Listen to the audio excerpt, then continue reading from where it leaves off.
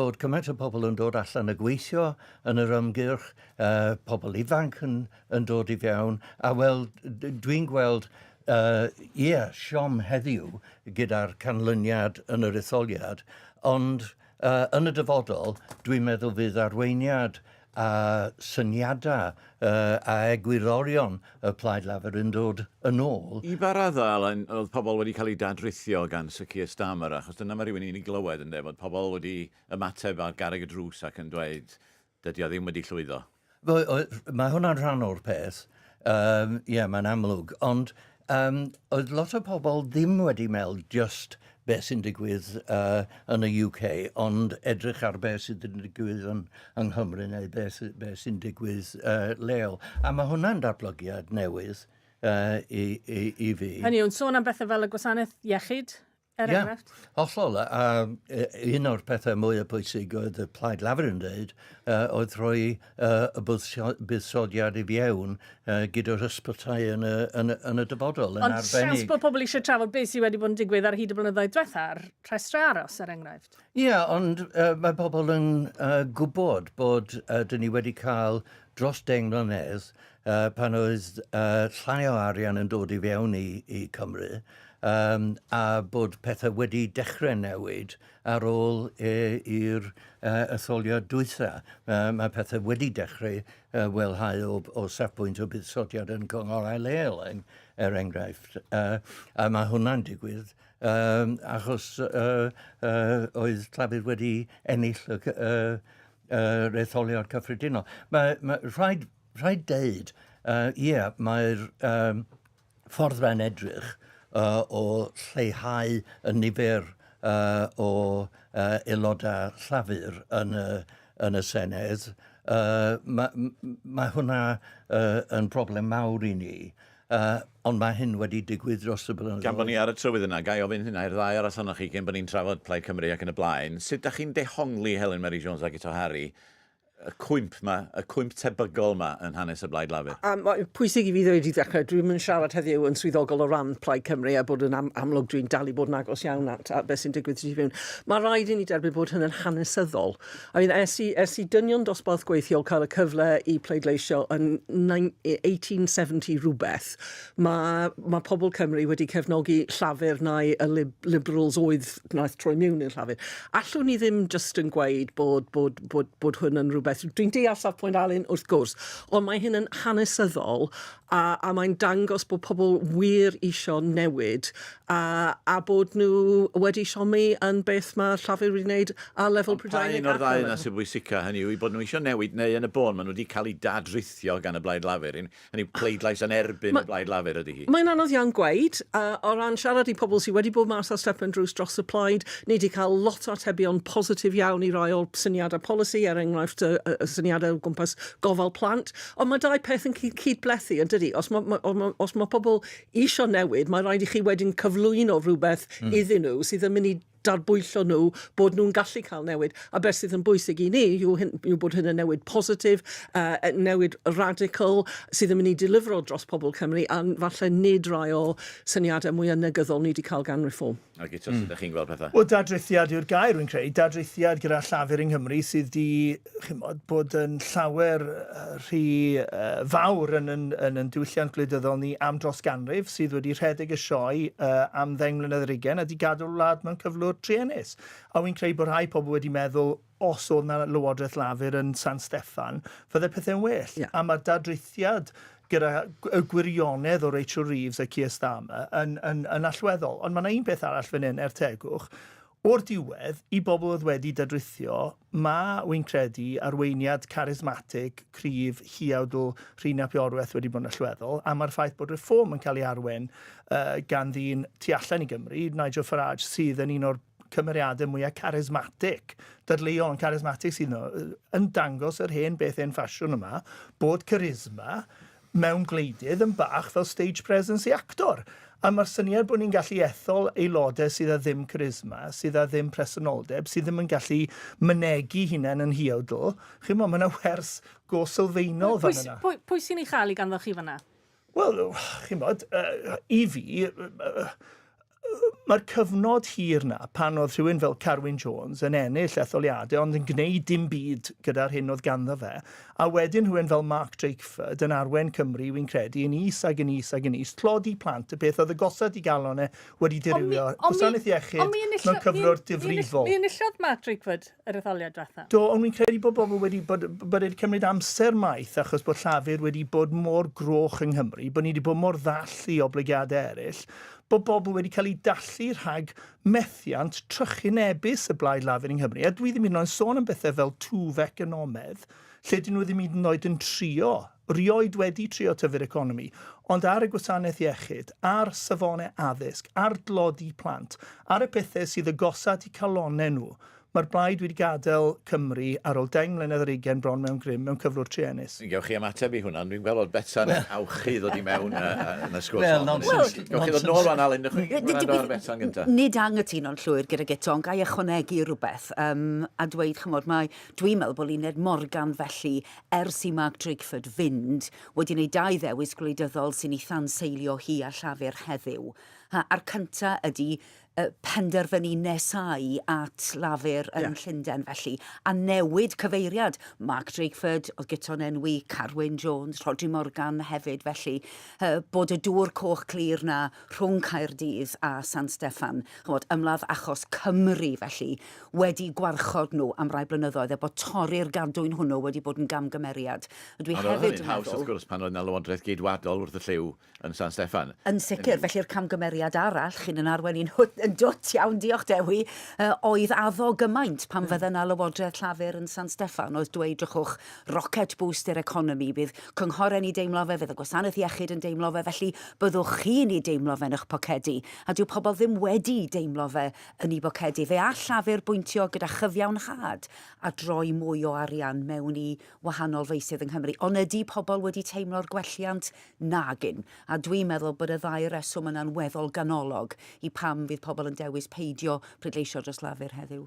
Hollol, dwi'n ategu hynny. A mae'n cymryd amser i arian newydd creu y teimlad i bobl bod pethau'n newid. Fedrwch chi ddim wneud hwnna dros nos. Dim ond 2 flynedd, llai na 2 flynedd ydi o ers yr etholiad. Mae'n cymryd mwy na'r blwyddyn gyntaf, yr ail blwyddyn, y trydydd blwyddyn, ddylen ni dechrau gweld y welliant. Ond i fynd nôl at pwynt gyto, ni'n sôn am record 27 o flynyddoedd ar bethau fel clodi plant. Na, rhaid i chi edrych ar yr amser pan oedd y Plaid Lafur yng Nghymru, yn y Senedd, yn cyngorau leol, yn gweithio yn erbyn y ffordd oedd y Llywodraeth yn Llundain yn cymryd arian allan o'r economi. Ia, mae'n wir bod pobl yn dweud, wel, dyn ni wedi cael 2 flynedd o Plaid Lafur yn Llundain, a mae pethau ddim wedi wellhau. Dyn ni ddim yn teimlo hwnna yn y poced yn ein bywyd. Fydd hwnna'n dod, dwi'n credu, achos mae y newid wedi dechrau. Ond dyna pam mae'r etholiad yma wedi bod mor anodd i'r Plaid Lafur. Gyda'r ffaith arall, y ffaith bod y Plaid Lafur wedi newid y system i wneud o'n proportional, rhoi cyfle o'r fath o cydweithio fyswn ni'n meddwl fydd yn holl bwysig yn y dyfodol. Dyna ni, mae yna ddigon i ni drafod eto yn yr amser sydd ganddo ni, ond ni'n mynd i roi tawer y drafodaeth yna am y tro. Jyst i'ch atgoffa chi sy'n gwrando adre, bod ni yn ffrydio'r awr gyntaf yma o raglen ganlyniadau Etholiad 2026 ymweledol. Felly, i ni ar y radio, ond ni hefyd ar gael ymweledol ar wefan ac ap Cymru Fyw, mae gyda Harry'n codi llaw. Allwch chi'n gwylio ni yn ogystal â dilyn y llif byw fydd ar gael drwy gydol y dydd. I ni wedi cael yn pydyddio bore yma dros frecwast, yn dros brunch. O, diddorol. Sydd yn addas iawn i gyflwynwyr dros frecwast a dros gynion dod at ei gilydd. Mae'n addas iawn hefyd o ran pwysigrwydd y coffi. Byddwn ni rhyw syniad be fydd ar y fwydlen, ond ni ddim yn gwybod eto pwy sy'n mynd i fod yn agor y Prosecco o'r ddathlu. Ac ni ddim chwaith yn gwybod pwy ar ba bwynt mae'r cyfan yn dod i ben. A does dim golwg o'r frechdan gig moch. Na, goes. Falla daw honno maes o law. Beth hwnna, dewch i ni fynd ar daith o gwmpas Cymru. Ac yn gyntaf mi awn ni etholaeth newydd Ceredigion Penfro. Mae'r cyfri'n digwydd yn Ysgol Bro Teifi, Llandysul, ac yn o'n disgwyl amdano ni. Mae Alice Schofield. Be di'r diwedd ar Aled? Wel, Dewi, mae'r broses o ddilysu pleidleisiau yma yn etholaeth Ceredigion wedi dod i ben. Dyma'r brif ganolfan ar gyfer yr etholaeth. Mae yna ganolfan hefyd yn Hwlffordd, ond fe fydd y canlyniadau hynny yn cael eu hanfon draw yma i Landesil cyn y bydd y 6 sedd yn cael eu rhannu yn ôl y fformiwla dyhont na, wrth gwrs. I ni gyd yn arbenigwyr arno erbyn hyn. Ac bod yna 44 ymgeiswyr, mae'r sylw i gyd mewn gwirionedd ar un ymgeisydd, sef Eluned Morgan sydd ar frig rhestr llafur. Mae yna farc cwestiwn a fydd y prif weinidog yn medru sicrhau digon o bleidleisiau i ddychwelyd i fai Caerdydd. Mae wedi bod yna am 10 mlynedd, ond mae yna farc cwestiwn mawr ar hyn o bryd o weld yr adroddiadau am y bleidlais llafur yn chwalu mewn mannau a fydd hi yn medru sicrhau i sedd. Ni'n disgwyl i'r ffom i ennill 2 sedd. Mae ganddyn nhw gryn dipyn o gefnogaeth yng ngwaelodion Sir Benfro, llefydd fel Aberdaugleddau, Doc Penfro a Phenfro. A 2 sedd hefyd i Blaid Cymru. Mae Elin Jones ar frig i rhestr nhw. Mae'r ceidwadwyr yn obeithiol iawn o gael 1 sedd. Paul Davies ar frig i rhestr nhw. Mae Sam Curtis yn ail, a fydd na ddigon o bleidleisiau i sicrhau 2 sedd i'r ceidwadwyr. Mae hynny'n edrych yn anhybygol. A beth sy'n digwydd i'r sedd ola yna? Mae yna gryn gnoi y Wynedd yn mynd i fod yma ymhlith cefnogwyr llafur sydd yma. Dyn nhw ddim yn edrych yn hapus iawn, mae rhaid dweud, ac yn wedi bod yn gyndyn iawn i ddweud unrhyw beth wrthon ni yn ystod y bore. Dwi'n gwybod bod chi'n gefnogwr Manchester United, Dewi, a fe fathwyd ymadrodd enwog iawn gan Alex Ferguson blynyddoedd yn ôl, bod hi'n squeaky bum time, a mae hynny'n sicr yn wir o ran yr etholiad yma yn Ngheredigion Penfro. Nôl ydych chi'n y stiwdio. Ale, diolch yn iawn. Ale, yn llwyddo i ddod â dipyn bach o bêl-droed i mewn i'r rhaglen fyna. Dewch chi fynd yn ôl at rai o'r pwyntiau ydych chi'n codi am fynd cyn i ni fynd at yr etholaeth nesaf. Beth am y diffyg charisma yma, Helen Mary Jones? Wel, un peth sydd yn wir yw bod ymgyrch plaid wedi bod yn hynod o bositif a arweinyddiaeth rhin, a dwi'n credu yn cyfrifol i raddau heleth am hyn. A mae yn person charismatic, ond mae hefyd yn person sydd yn dwy'n ffydd. Mae pobl yn cael yr argraff bod nhw'n medru trysto fe, a bod y ffaith bod y blaid ddim wedi addo yn beth maen nhw wedi rhoi yn y manifesto, bod nhw'n trio bod yn y sylw, mae hwnna'n bwysig. Dwi wedi clywed am ymgyrchu frwd yn llefydd fel rhan o Powys, rhan o Sir Benfro, lle yn hanesyddol doedd Plaid Cymru ddim yn gwneud lot o gwaith ar llawn gwlad, ddim yn llwyddiannus iawn, a mae'r un wedi ysbrydoli lot o hyn. Yn personol wrth edrych o tu allan, achos dwi ddim wedi bod yn rhan o'r ymgyrch, dwi ddim wedi cael teimlad o ymgyrch y blaid fel hyn ers 1999. Mae yna rhywbeth i ymladd yn erbyn, wrth gwrs, sef rai o pethau mae Reform yn gweud a rai o agweddau maen nhw yn hybu, ond hefyd mae yna teimlad bod ni'n wir yn gallu neud newid. Bod mae'n mynd i bod yn hynod o heriol i pwy bynnag bydd y llywodraeth nesaf, mae yna teimlad bod dyna'r amser i'r blaid cymryd yr awennau a gweithredu dros y pobl heb gorfod edrych dros y ffin. A mae bob plaid gwleidyddol wrth gwrs arall a meistri yn Llundain neu be bynnag maen nhw, dim ond Plaid Cymru sydd yn gallu roi Cymru yn gyntaf. Ond o weld y darlun yna, Helen, faint o ergyd fydda hi Blaid Cymru pen na bai hi'n dod i'r brig y tro yma? Wel, dyn ni ddim yn gallu rhagweld yn dyn ni, a mae system etholiadol yn mor newydd, yn enwedig y 5 a 6 seddi ar y restr, mae'n mynd i bod yn anodd iawn rhagweld. Y wir yw bod unrhyw beth sydd yn well na gawson ni yn 2021 yn mynd i bod yn positif, ond dyn ni wir eisiau, mae yna awydd tu fewn i'r ymgeiswyr, mae yna awydd yn rhin i gweithredu, a wy'n credu bod hyn wedi cael effaith o pobl ar stepen drws, bod nhw'n gallu gweld bod mae'r un, ond hefyd mae yna tîm gyda fe sydd wir yn barod i ymateb i'r her mawr sydd o flaen ni fel gwlad. A mae hynny'n hynod o bwysig. A dwi jyst eisiau cyfeirio nhw yn fyr iawn at sefyllfa'r Blaid Lafur, achos dwi wir yn teimlo dros rai o bobl na, dros y blynyddoedd fi wedi gweithio yn agos iawn gyda pobl fel Jane Hutt, Julie Morgan, pobl sydd wedi gwasanaethu i gwlad a'i cymunedau. A wi yn teimlo, wy'n hynod excited ar gyfer y blaid, ond dwi yn teimlo drostyn nhw fel unigolion, achos maen nhw wedi wneud cymaint, ac iddyn nhw fel maen nhw'n camu'r neilltu, gweld I blaid nhw mewn sefyllfa fel yna, mae hynny yn drist. A wy'n cytuno â Betsa nath Lyned Morgan camgymeriadau mawr trwy addo gormod. Mae Ali Michael yn iawn I gweud bod e'n cymryd mwy na 2 flynedd I troi'r cwch rawnd, ond paid â gweud bod chi'n mynd I troi'r cwch rawnd pam ti'n gwybod yn net bod ti'n ffili. Dyna ni, wel, ni'n mynd ar daith ar y rhaglen yma o gwmpas etholaethau Cymru. I ni'n mynd I Landudno nawr, lle mae'r cyfri ar gyfer etholaeth Bangor Conwy Môn. Ac ato'n gyhebydd Nia Cerys. Bore da, Nia. Bore da, Kate, a dipyn o brysurdeb wedi bod yma ers tua 9 o'r gloch y bora, lle maen nhw, fel dditsoch chi, yn cyfri pleidleisiau etholaeth Bangor Conwy Môn. Un o'r etholaethau mwyaf yn ddeiaryddol yn cynnwys rhan o 4 sir Môn yn ei chyfanrwydd a'r rhanna o Wynedd, Conwy a Sir Ddinbych. Mae'n ymestyn yr holl ffordd o Gaergybi yn y Gorllewin draw I Glogeunog yn Dwyrain ac yn cynnwys amrywiaeth o ardaloedd, mwy trefol a hefyd gwledig. Ond mae'r un math o faterion yn uno y cymunedau hynny. Mae iechyd yn bwnc trafod mawr ac wrth gwrs y pryderon am fwrdd iechyd Betsy Cadwaladr. Ond mae swyddi a'r economi hefyd yn mynd â sylw a'r angen am swyddi sy'n talu'n dda yma. Ac mae Wilfa ar Ynys Môn wedi bod yn bwnc llosg yn amlwg. Mae trafnidiaeth hefyd yn cael sylw y problemau da ni'n wybod am Bont y Borth a Phorthladd Caergybi yn gorau cau a hefyd yr A55 a'r rhwydwaith yna yn rhedag drwy ran helaeth o'r etholaeth. Mae tai hefyd yn fater tai fforddiadwy a'r prinder ohonyn nhw falla yn yr ardal yn cael sylw. Ac efo dros 40% o'r boblogaeth yma yn siaradwyr Cymraeg, fel sy'ch chi'n disgwyl mae'r iaith hefyd yn bwnc trafod.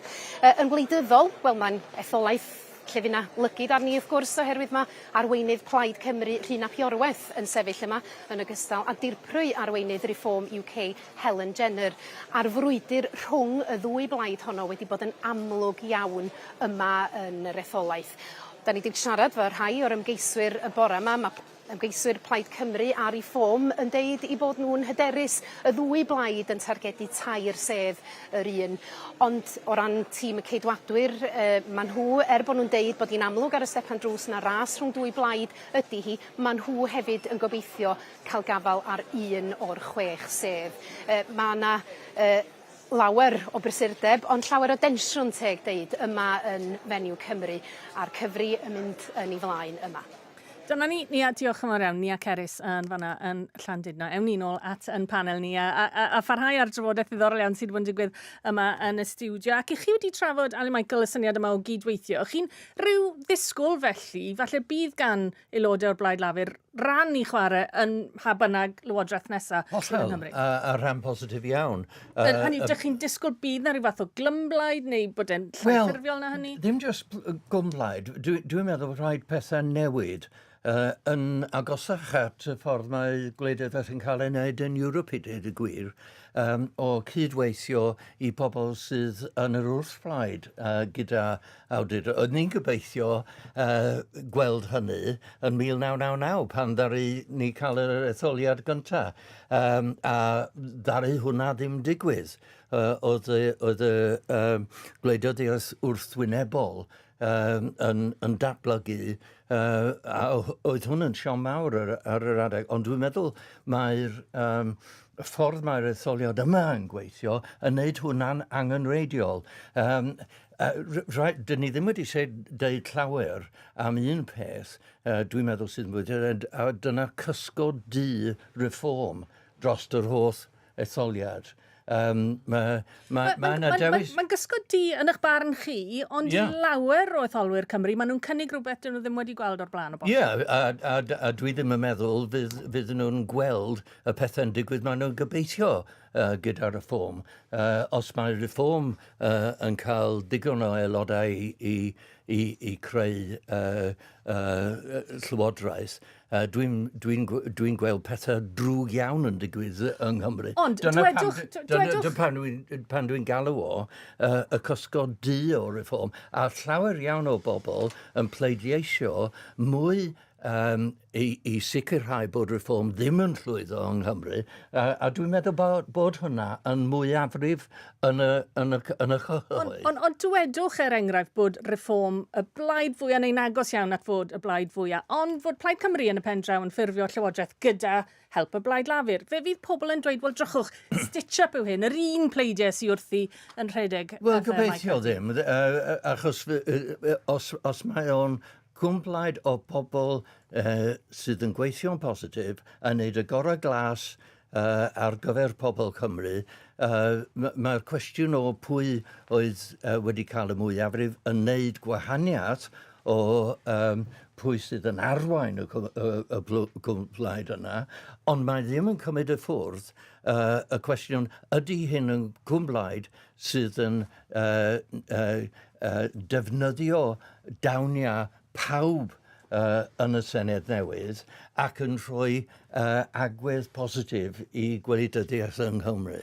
Fi am nodi un peth o Sky o ran chydig anw wybodaeth sydd yn cyrraedd ni wrth gwrs, ond mae Sir John Curtis, yr arbenigwr gwleidyddol, yn dweud ar dystiolaeth ffigurau mewn 2 etholaeth Gymreig, mae'n edrych yn debyg y bydd nifer y rhai sy'n pleidleisio dros 100% a hynny fydda'r tro cyntaf mewn etholiad datganoledig. Mae Betan eisiau yn gorfoledig. O'ch chi ymateb i hynna felly cyn i ni fynd ôl at y drafodaeth? Bob tro dwi'n mynd i bleidleisio, dwi'n gofyn iddyn nhw, a maen nhw'n gwybod bod fi ar y ffordd yma fel arfer, yn gofyn, ydy hi wedi bod yn brysur, a maen nhw wastad yn trio neud fi dimlo'n well drwy ddweud, ydy, mae'n dawel nawr, ond jiw, mae wedi bod yn brysur, a dyna be ges i eto ddoe.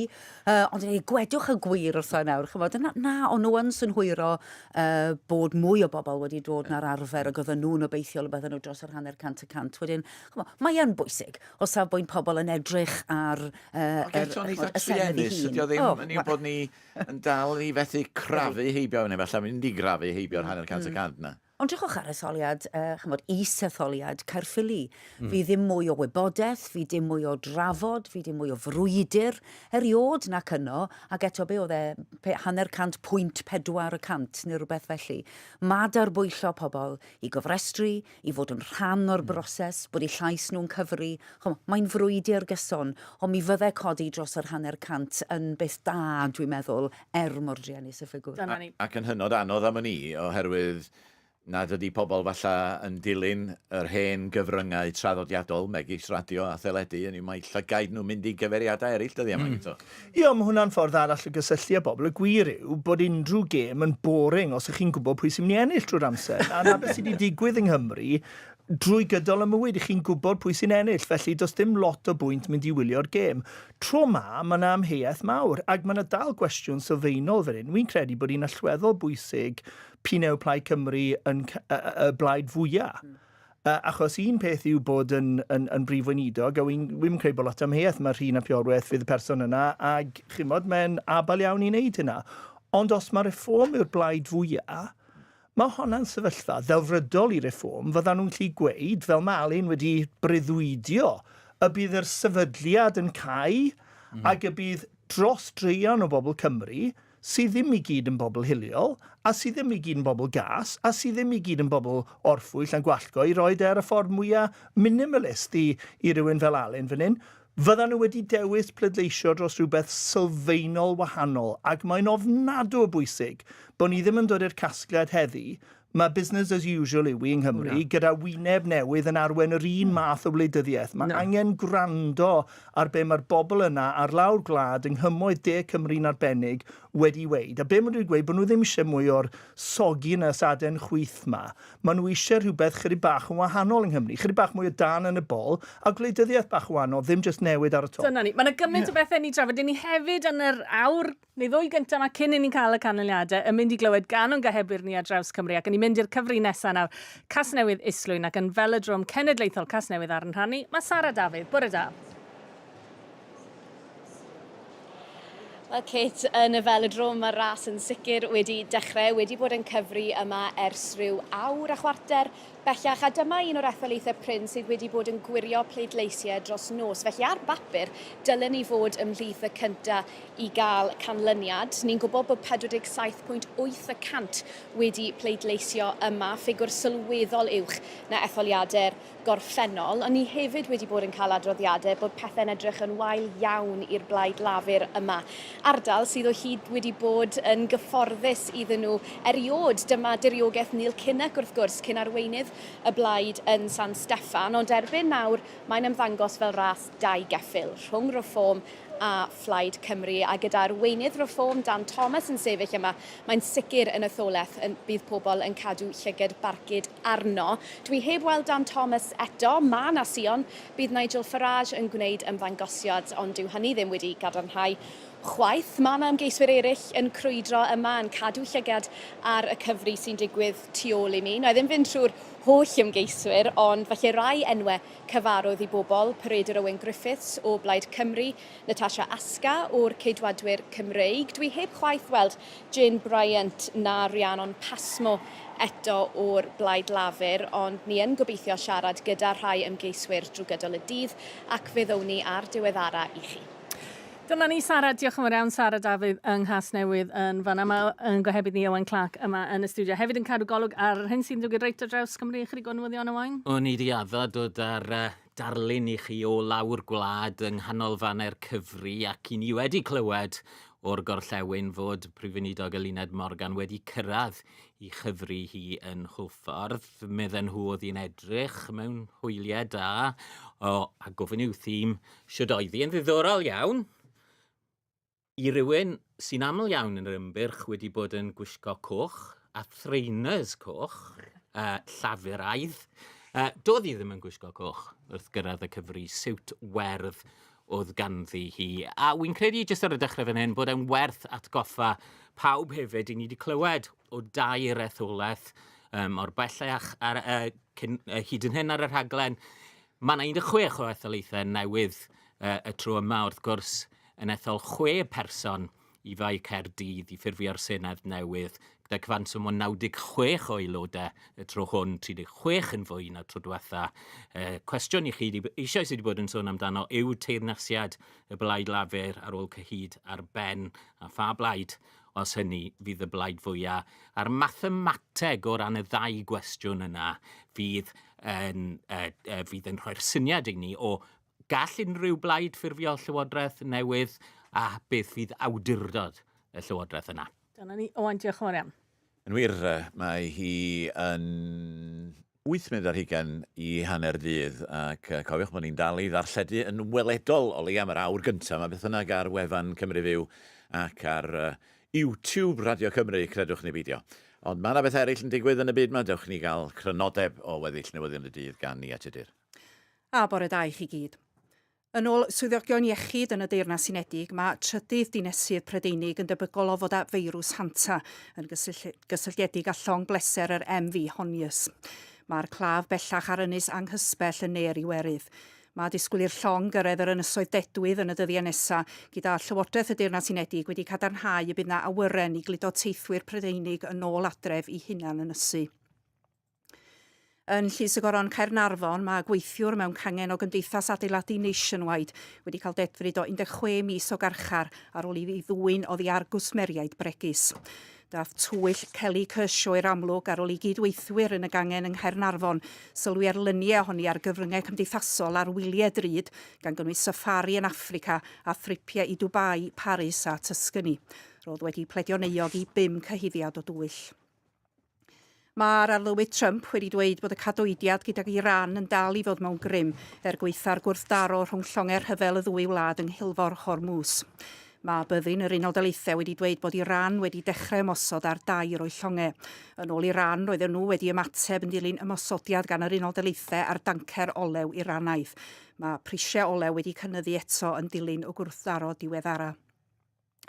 Ac fe gododd pris bwyd y byd y mis Ebrill am y 30 mis yn olynol, gyda phrisiau olew llysien arbennig o uchel oherwydd trafferthion yn gysylltiedig ar rhyfel Iran. Yn ôl sefydliad bwyd ac amaethyddiaeth y Cenhedloedd Unedig, roedd mynegau prisiau bwyd yr FAO sy'n mesur newidiadau byd-eang mewn basged fwyd 1.6% yn uwch ar gyfartaledd o'i gymharu â mis Mawrth. At y chwaraeon ag ar ddiwrnod cyntaf y gêm yn adran gyntaf pencampwriaeth y siroedd rhwng cricedwyr Morgannwg a Gwlad yr Haf yng Nghaerdydd. Gwlad yr Haf sy'n batio gyntaf a rai munudau nôl roedden nhw ar 25-1. Yn y byd rygbi, mae Dan Lydiat yn ymuno â thîm hyfforddi Cymru mewn rôl llawn amser. Mae'r cyn flaen asgellwr rhyngwladol wedi bod yn gweithio i ranbarth y dreigiau. Ac yn y bencampwriaeth rygbi unedig heno, mi fydd Caerdydd yn gobeithio mynd gam y nes at sicrhau lle yn y gemau ail gyfle pan fyddan nhw'n wynebu Glasgow oddi cartre. At y tywydd, diwrnod cymylog gyda chawodydd yn ysig fydd yn troi'n drymach yn ystod y pnawn. Ysbeidiau heilog yn debygol ar draws y de a'r gorllewin. Y tymheredd uchaf rhwng 15 a 19 Celsius. Henon noson sych a chlir i nifer gyda rhai cymylau gyda'r awel yn cryfhau. Y tymheredd i mis na 6 Celsius gyda niwl a pharth mewn mannau cysgodol. Ac ar y ffyrdd yn Wrecsam ar yr A83 tua'r de, mae yna oedi wrth gylchfan yr A5. Yn Abertawe, oedi yn sgetig ar y groesffordd ac ar heol ystym llwynarth i'r ddau gyfeiriad, mae'n araf ger y goleuadau traffig sy'n troi am archfarchna Tesco. A dyna'r bwletin, mi fyddai'n ôl ar diweddara mewn rhyw awr. Etholiad 2026 ar BBC, Radio Cymru a BBC Sounds. Diolch yn iawn, Nia, ac fel oedd Nia'n dweud, mi fydd hi'n ôl ar hanner awr wedi'r awr drwy'r rhaglen yn ystod y dydd heddiw. Gai fydd yn ôl atoch chi, Alan Michael, mi gawson ni ddehongliad fanna o beth sydd wedi achosi'r cynnydd ma'n reform gan Gito. Sut ydych chi'n ei gweld ti? Beth sydd wedi digwydd yn fanna? Bod cymaint o bobl hyd y gwyddon ni'n mae'n ymddangos felly beth fynnag wedi troi at y blaid newydd yma. Wel, dwi'n teimlo dipyn bach fel beth oedd yn digwydd yn y 70au a'r 80au. Pan oedd y rhyfrodwyr yn ennill just iawn pob etholiad oedd yn cymryd lle. A cofyd fydd chi'n cofio yr unigolyn yma, Jack Brooks, yn dweud, what you've got to remember is that the Liberal Democrats are not a political party, they're an event. A mae hwnna, dwi'n meddwl, yn bwysig iawn i cofio gyda reform. Mae lot o pobl, os ydych chi'n siarad nhw ar y drws a gofyn pam ydych chi'n mynd, isio newydd, fel oedd Gito yn deud, ond ddim yn gwybod am be mae reform yn sefyll. A mae hwnna'n creu broblem mawr o cwestiwn awdurdod reform. Wrach maen nhw'n cael y pleidleisio, ond pam? A rhaid i ni ofyn hynny dros amser fedryn nhw ennill, wrach mynd yn ôl dros y blynyddoedd i dod. Fedryn ni ddim deud eto. Wedyn mae'n bwysig i edrych pwy sydd yn y Senedd newydd, a'r Senedd newydd yn dechrau datblygu, fel oedd i'n deud yn gynharach, y system o cydweithio sydd yn mwy fel beth sy'n digwydd yn Senedi yn Ewrop na sydd beth sydd wedi digwydd ym Mhrydain ac yng Nghymru. Mae dda iawn gen i ddweud bod ni bellach yn cael cwmni rhen gyfaill Fôn Roderick sydd wedi gyda mi ar hyd y blynyddoedd mewn rhaglenni fel hyn bod ar radio neu dyledu croeso ato ni Fôn. Diolch yn fawr Dewi. Rhag ofn bod pobl yn credu bod fi'n hwyr, wedi bod yn gweithio draw ar Dwi'n derbyn hynny'n llawn. Yr ochr dywyll neu'r ochr ole ar Radio Wales am ryw chydig, ond fi dych chi am ryw awrau yma. O, hyfryd iawn. Wel, yn hynny o beth, dewch i ni gael eich dehongliad cynnar chi i ba gyfeiriad mae'r gwyntoedd gwleidyddol yn chwythu Fôn? Wel, fi'n meddwl gobeithio nad ydw'n aladrodd unrhyw beth mewn rhywun wedi'r fan. Ond mae rai ni oedi am eiliad, fi'n meddwl, y stori fawr, ar hyn o bryd, mae'n stori arall i ddod, nhw hirach lawr y trac, y stori fawr yw llafur yn colli yng Nghymru, ynddo? Chymod, os ych chi'n edrych nôl dros y canrif a mwy, i ni wedi byw yn yr hegemony yma. Nawr, dwi ddim o reidrwydd yn golygu bod llafur Cymru mynd i dioddau'r un fawd a rhyddfrydwyr yn y 20au. Wrth gwrs dwi ddim. Mae'n ddigon posibl bydd llafur yn ennill etholiadau yn y dyfodol yng Nghymru. Ond o hyn ymlaen mae gwleidyddiaeth Cymru yn gystadleuo. Fe fydd yn rhaid i llafur cystadlu am bleidleisiau yn hytrach na'i pwyso nhw. Ac o safbwynt, a fi'n mynd i mentro braich falle, a fi'n meddwl falle bydd Alun hyn o'n cytuno dweud, o safbwynt gwleidyddiaeth Cymru mae hynny'n beth iach. Mae angen i dŵr clirio'r pibelli o bryd i gilydd.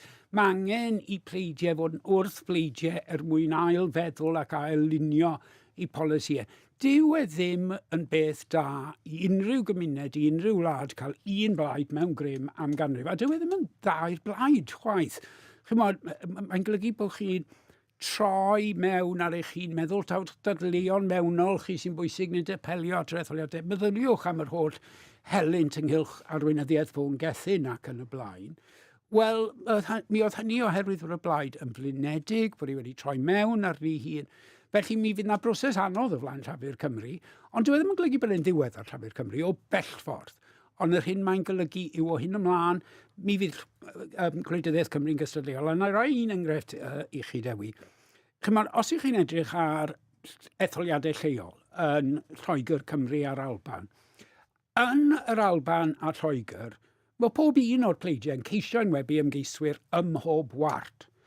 Edrychwch chi yng Nghymru, mae yna llwyth o gynghorwyr o hyd yn cael ei ethol yn ddi wrthwynebiad. Cynghorwyr Plaid Cymru a Canlynol gan fwyaf.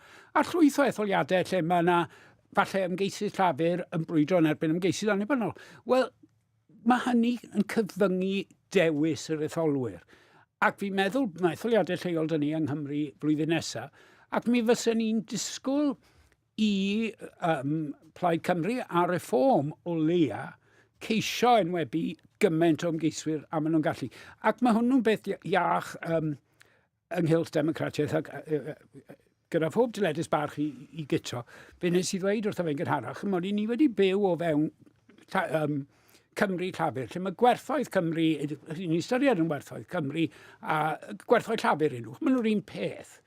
A gyto'n dweud wrtho fi, nid fi, o'n i byth yn byw yn yr agenwi yna. Mi hoffwn ni ofyn, ond anffodus dwi'n mynd i gyfeiriad arall yn gyntaf, ond hynny, pan bod hyn wedi digwydd eleni yn 2026, beth ydy'r gyfres o ddigwyddiadau sydd wedi achosi hynny ddigwydd heddiw? Ond mae'n ddrwg gen i fod, da chi'n mynd i gael cyfle i gnoi cil ar hwnna am eiliad neu ddwy, tra mod i'n mynd i Landudno at Helen Jenner, dirprwy arweinydd Reform. Bore da i chi, Helen, a chroeso ato ni. Bore da. Bore da, braf cael eich cwmni chi. Mae'n ymddangos yn ôl pob tebyg bod Reform yn mynd i wneud yn eitha da.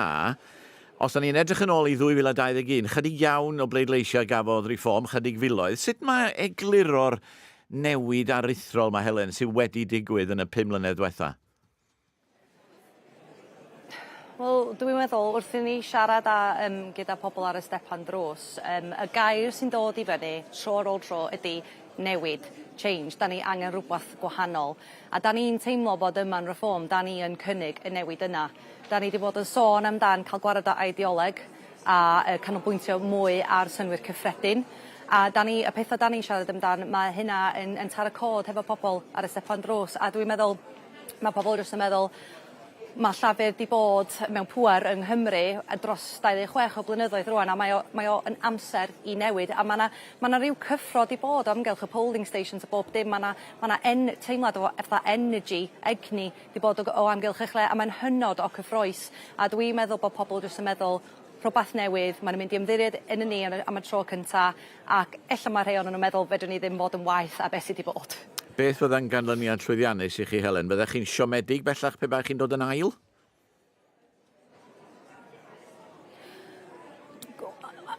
Wrth gwrs, da ni isio curo, da ni isio ddod yn gynta, a fyso'n anrhynded iddyn ni gael ffurfio llywodraeth nesaf yma yng Nghymru. Ond pam da chi'n bod yn opposition, da chi'n gallu bod yn safle cry. Ond gan i weld, yn amlwg da ni'n cyffroes a da ni'n hyderus a da ni'n wirioneddol yn gobeithio fydden ni y blaid mwyaf a fydden ni'n gallu llywodraethu Cymru. Sut fyddech chi'n ymateb, Helen, i'r rheini sy'n dweud mae pleidleisio am resymau Prydeinig o llawer o'ch cefnogwyr chi? Maen nhw'n hoff iawn o Nigel Farage mewn fideo falle yn ei poeni nhw. Dau beth sy'n eitha amerthnasol yn y cyd-destun Cymreig.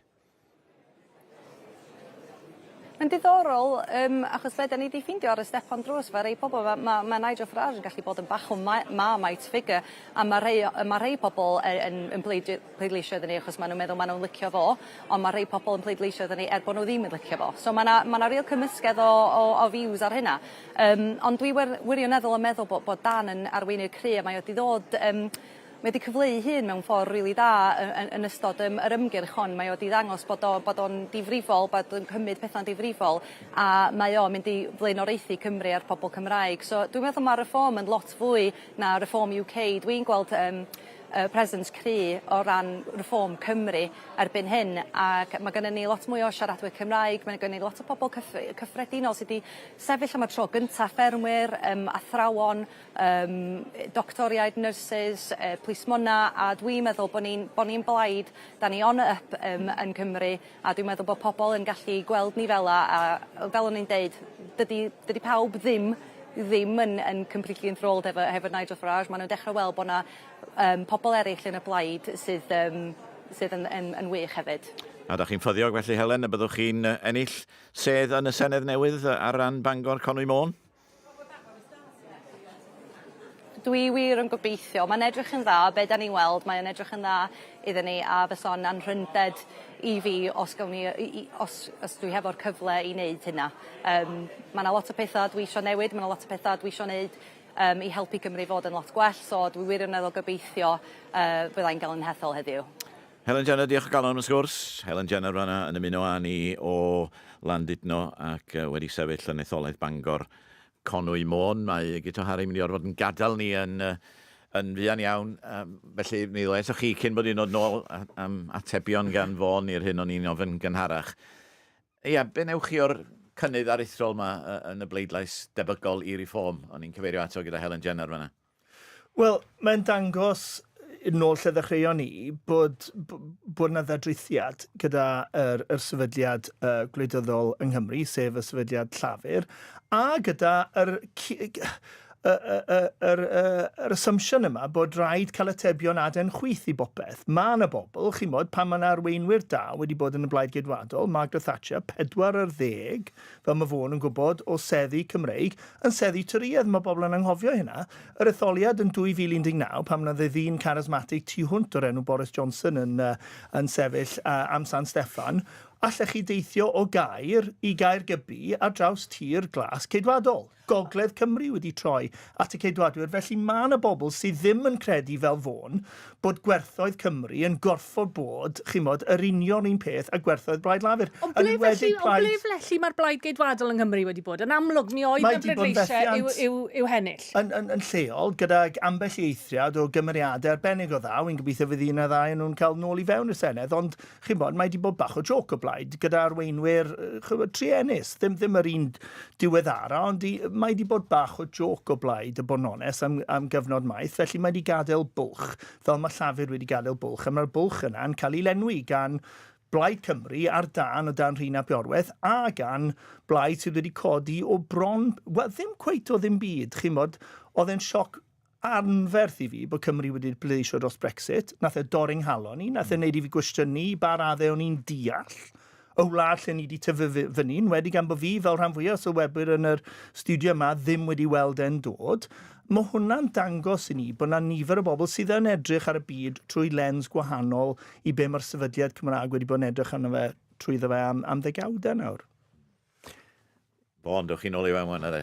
Wel, i ateb dy gwestiwn di o lle mae'n wedi dod, mae hwn yn ben llanw ar broses sydd wedi bod yn digwydd ers degawdau. Wi'n meddwl fe gychwynnodd ti adeg streic y glowyr, beth yw hwnna 20 mlynedd nôl nawr. Ac os ych chi'n edrych ar wal goch Cymru, cymoedd y de ambell i etholaeth yn y gogledd ddwyren hefyd, mae'r mwyaf rifoedd wedi bod yn gostwng a gostwng a gostwng. Ddim ym mhob un etholiad, ond mae'r patrwm wedi bod yn gyson. Alun, mae'n siŵr yn cofio, mi oedd adeg lle o'ch chi'n gweld pob ymgeisydd ar wahân i'r ymgeisydd llafur yn colli ernes yn rhai o gymoedd y de. Os edrychwch chi at yr etholiad oedd Gito'n cyfeirio ato fe yn fyna 2019, roedd yna lot o lefydd fel Torfaen lle oedd y mwyafrif llafur lawr i ryw 2,000, 4,000. Felly mae wedi bod yn dod, a dwi ddim cweit yn cyd-digwyddiad o dyma'r etholiad lle mae wedi cyrraedd pen llanw. Mae helyntion llafur Cymru yn ychwanegu at y broblemau ac yn ychwanegu at amseriad hyn. Ond mae'r broses yna lle oedd pobl... Fi'n cofio rhywun yn dweud bod nhw'n cymasio yng Nghaerffili rhywbryd ac yn dweud bod nhw ar rhan pa bynnag blaid. A'r ateb gethon nhw ar stepen y drws yn aml iawn oedd, we're not political here, love, we're Labour. A dyna'r Cymru sydd yn tynnu at derfyn, fi'n meddwl. Ond fel o'n i'n dweud, dwi ddim yn ddiwedd o'r llafur Cymru, ond mae yn golygu bod ein gwleidyddiaeth ni yn mynd i fod yn wahanol. A mae hwn yn gofyn cwestiwn mawr, dwi'n meddwl.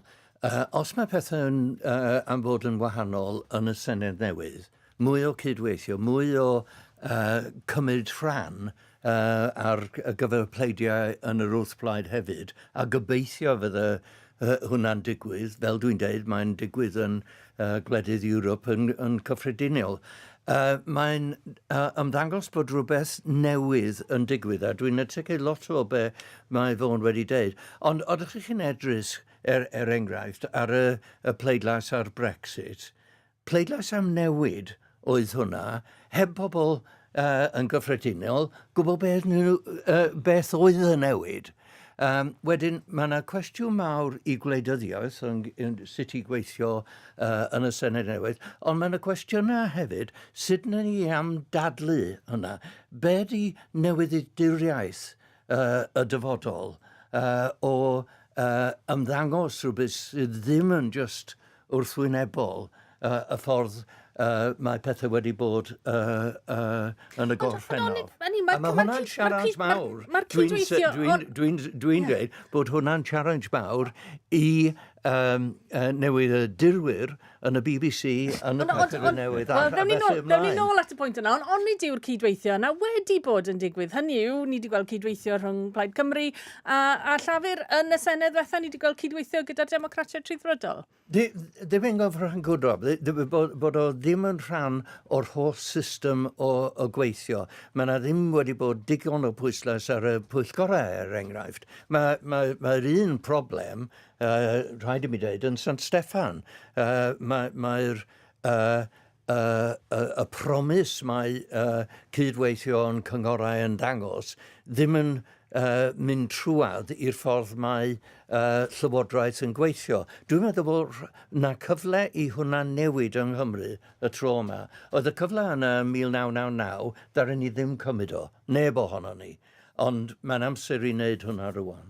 Wel, rhan o'r reswm i'n meddwl am hynny, Alun, oedd bod y cynulliad fel oedd hi, a gyda ambell eithriad, oedd hi'n eitha boring oherwydd bod dim da chi y dau gleddyf o hyd rhwng yr wrthblaid a'r llywodraeth. Ti'n mynd i'r lle, ddaru Rod Richards cymryd ni tua pethefnos ar ôl yr etholiad a dweud, I've had enough of this bloody consensus, I'm going to shout a lot. A wedyn yr pleidiau eraill yn dweud, dyna'r ffordd i cael penawdau yn y papura.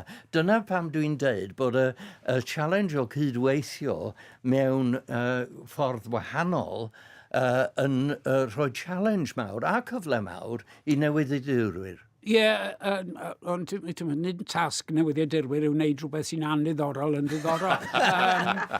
Wel, ie, mae hwnna'n tasg o'r newyddiadurwyr. Fi yn disgwyl am gynnar iawn y dydd i ddweud hwn. Ond os ych chi'n edrych ar dynamic yr ymgeiswyr sy'n debyg o fynd i fewn, beth sy'n mynd i fod dychu yw llwyth o fenywod asgell chwyth a llwyth o ddynion asgell dde. Felly fi'n meddwl bydd dynamic y Senedd newydd yn ddiddorol iawn oherwydd hynny. Betan, dwch chi fewn. Dal i cwpl y methu'r pair i chwerthu'n wrth gofio o ddalun Michael, bod tro chi'n gweld i'n dod, o'ch chi'n gweud, hon eto, i chi ddim yn rhan o Tîm Wales, o'ch chi'n gweud wrth a ni'n gweud, wel, nid yn job i yw bod yn rhan o Tîm Wales, dyna ni. Na'n rhoi Mae'n rhan o'r challenge, ac dwi'n gael newyddiadurwyr fel cyn newyddiadurwyr fy hun yn pwysig iawn. Ond y fath o awyrgylch yr amgylchfyd o'r dadl i'r cyhoedd, mae hwnna'n bwysig. Ydych chi'n disgwyl i ni'ch camol chi, Alun, dyna? O'ch chi'n sôn, Dewi, pam nawr felly, pam yr etholiad yma? A siawns mae un eglurhad arall yw cyn yr etholiad diwetha bod Covid wedi digwydd wrth gwrs a Brexit, a mae'r emosiwn felly'n fwy o un o sefydlogi. Mae'r emosiwn tro hyn yn un cyfan gwbl wahanol yn diwer cyfeiriad arall. Ond un cwestiwn gen ni ydy, ond y gwestiwn i Helen Jenner, beth ydy, ydych chi'n hollti'ch bol i ennill felly? Mae'n anharoi'n weddol glir. Mae'r hyn orau fydde all yn gallu digwydd i Helen Jenner ag i Reform ydy ennill y bleidlais boblogaidd felly dod ar y brig, ond peidio gorfod llywodraethu. Mae'n berffaith, yn dydi? Dim atefolrwydd, ddim yn gorfod llywodraethu'n gallu bod yn wrthbraid lwyddiannus a breinaru'r tir ar gyfer yr etholiad cyffredinol, chymod, a dyna di'r narratif seisoeth wedi bod hwnt ag yma, ynddo fe, sef maen nhw'n mynd i gael drws arno ni. Dyna ni, mae'n 6 munud i hanner dydd. Mae yna drafodaethau tebyg, dwi'n siŵr yn digwydd yn yr Alban ar hyn o bryd, achos mae'r cyfri ar gyfer Senedd yr Alban yn digwydd yn ystod y dydd heddi hefyd. A dyna lle mae yn gyhebydd ni Liam Evans. Bore da, Liam. Ie, mae'r cyfri wedi bod yn dechrau yma ers 9 o'r gloch y bore yma i ethol 129 o wleidyddion i Holyrood sydd tu ôl i fi ar hyn o bryd. Ambell i pwt o newyddion digon nodedig yn ein cyrraedd ni. Y peth cyntaf gan y blaid werdd. Maen nhw'n teimlo'n hyderus iawn, da ni'n dall heddiw, yma lle da ni ar hyn o bryd, sef etholaeth canol Caeredin. Mae wedi bod yn ras 3 cheffyl rhwng yr SNP sydd mewn grym yma ar hyn o bryd, y blaid lafur a wedyn y gwrddion. A mae gennych chi rai o fawrion y pleidiau fan hyn. Yr SNP a'i hymgeisydd nhw sef Angus Robertson sydd wedi bod yn aelod yma ers 2001. Wedyn mae gennych chi Lorna Slater sy'n gyn arweinydd gan y blaid werdd. Maen nhw'n deud mi allan nhw gymryd y sedd yma. Maen nhw'n teimlo'n hyderus iawn a mi fydda hynny mwy na thebyg yn golygu bydda Angus Robertson yn colli sedd. Pe bai hynny yn digwydd, dwi'n meddwl bod o'n eithriadol o nodedig. Maen nhw hefyd i deud o fewn yr oriau dwytha bod nhw'n disgwyl i gymryd 1, os nad 2 o seddi yn ganol Glasgow. Ardaloedd yn wedi tua'r de Glasgow lle maen nhw wedi bod yn targedu yn eithriadol o galed. Felly na ni gadw llygad ar hynny. Mae'r blaid geidwadol gyda llaw yn dweud dyn nhw ddim yn disgwyl fod yr ail blaid fwyaf fel oedd hi'n ôl yn 2021. Felly maen nhw'n ddangos bod nhw'n cael ychydig o ddyddiau fwy heriol wrth i ni wynebu'r tymor seneddol nesaf yma. Mae werth i ni sôn hefyd am y nifer sydd wedi dod allan i bleidleisio. Mi oedd disgwyl iddo fo fod ychydig yn is na be gafon ni nôl yn 2021. Mi oedd yn 63%. Ben bore yma, oedden nhw'n dod o gan rhyw 54%, ond mae hynny wedi cynyddu rwan, maen nhw'n amcangyfri y gallu fod o gwmpas y 60%, sydd yn is, ond maen nhw'n ddangos bod nifer wedi dod allan i bleidleisio o hyd. O ran y pleidiau wedyn, mae werth sôn am yr SNP, mae'r arolygon barn di sôn yn gyson, mae disgwyl iddyn nhw fod y blaid fwyaf, ond da fydden nhw'n llwyddo i gael mwyafrif cyrraedd y ffigwr yna, 65 o aelodau sy'n golygu mi allan nhw lywodraethu ben eu hunain. Ar hyn o bryd mae hynny'n edrych yn anhybygol, a fydden rhaid iddyn nhw wedyn cydweithio hefo rhai o'r pleidiau llai. O ran y blaid lafur wedyn, mae'r 2 flynedd dwytha wedi bod yn eithriadol o heriol i'r blaid lafur. Mae yna densiwn amlwg iawn yna rhwng y blaid yma yn Holyrood, y blaid ar lefel Brydeinig hefyd, gyda yr arweinydd Anna Sawar yn galw ar Keir Starmer i fynd i roi gorau i'w swydd nôl ym mis Chwefror. Mae Reform UK wedyn, maen nhw'n gobeithio torri drwodd yn yr etholiadau hyn, yn enwedig mewn llefydd ôl-ddiwydiannol, llefydd fel Gogledd Ddwyrain yr Alban, llefydd lle mae'r diwydiant pysgota yn gry. Felly, maen nhw'n dweud mi alla hon fod yn noson dda, ond dwi'n meddwl y frwydr iddyn nhw fod rhwng yr ail blaid fwyaf yma yn Holyrood yn hytrach na mynd i fod yn y brif blaid. Dwi wedi bod yma chydig y dyddiau rwan a di sôn yn gyson. Un o'r pethau mwyaf sy'n dod fyny ar garreg yr eilwyr pan da chi'n siarad efo pobl, ydy hwn yn etholiad ynglyn ag annibyniaeth? Y teimlad dwi'n ei gael ydy na. Mae hwn ynglyn ag gwasanaethau cyhoeddus. Sut mae pobl yn teimlo pan maen nhw'n mynd i weld y meddyg? Ydyn nhw'n llwyddo i gael yr apwyntiad yna? Ydy gwasanaethau cyhoeddus yn gweithio iddyn nhw? O'r rheini, da ni wedi bod yn siarad efo dros y dyddiau dwytha, dyn nhw'n teimlo bod pethau yn gweithio ar hyn o bryd, a fel am y pobl wedi bod yn mynd i'r blychau pleidleisio wrth fwrw eu pleidlais, a nifer ohonyn nhw'n deud bod angen rhyw fath o newid. Rwan, da ni disgwyl dros yr oriau nesaf, mi ddaw y darlun, y map gwleidyddol yna yn dipyn cliriach. Mi fyddwn ni'n cadw llygad barcud ar y sedd lle da ni ar hyn o bryd. Hefyd ardaloedd yn yr ucheldir, lle mae'n frwydr rhwng y democratiaid rhyddfrydol a'r SNP, a hefyd y pentrefi a'r trefi ôl-ddiwydiannol yna, lle mae Reform yn gobeithio allith nhw dorri drwodd. Mae yna amser hir i fynd nes fydd y darlun yn gliriach, ond ella erbyn rhyw 4-5 o gloch fyddwn ni'n gwybod pa ffordd mae'r gwynt yn chwythu, Kate. Liam, diolch yn fawr iawn, Liam Evans yn yr Alban yn fanna. Os ych chi yn gwylio ni yn weledol ar wefan ac ap Cymru Fyw neu ar sianel YouTube Radio Cymru, fyddwch chi'n gwybod yn barod bod yna gwmni newydd wedi ymuno ni yma yn y stiwdio, sef Owain Williams sy'n gyn ymgeisydd llafur. Bore da, croeso ato ni. Bore da, Ac mae Gareth Hughes o'r Blaid Werdd wedi ymuno ni hefyd. Bore da, croeso i chitha. A gai ddechrau gyda chi, achos dyn ni ddim wedi trafod rhyw lawer hyd yn hyn ar y Blaid Werdd. Gobeithio'n ar gyfer yr etholiad yma yn uchel iawn. Siwt i chi'n ei gweld i bore yma, beth yw'r sybrydion gan eich cyd-aelodau? Wel, dwi'n sicr bod yna ddipyn o wasgiad wedi bod yn y 3 diwrnod dwytha yma, ond dwi'n ffyddiog bydd gynnon ni cynrychiolydd yn y Senedd. Cynrychiolydd? Wel, unigol? O bosib 2 yn Gaerdydd. Dwi ddim yn sicr na bydd gynnon ni 1 neu 2 o Gwent, yr hen sir Gwent, ac o bosib 1 yn y de dwyrain yn ardal Wrecsam. So mae'n bosib gawn ni i'w 5. Chydig bach yn siomedig ydych chi oeddech chi wedi gobeithio wneud chydig ymwell na hynny?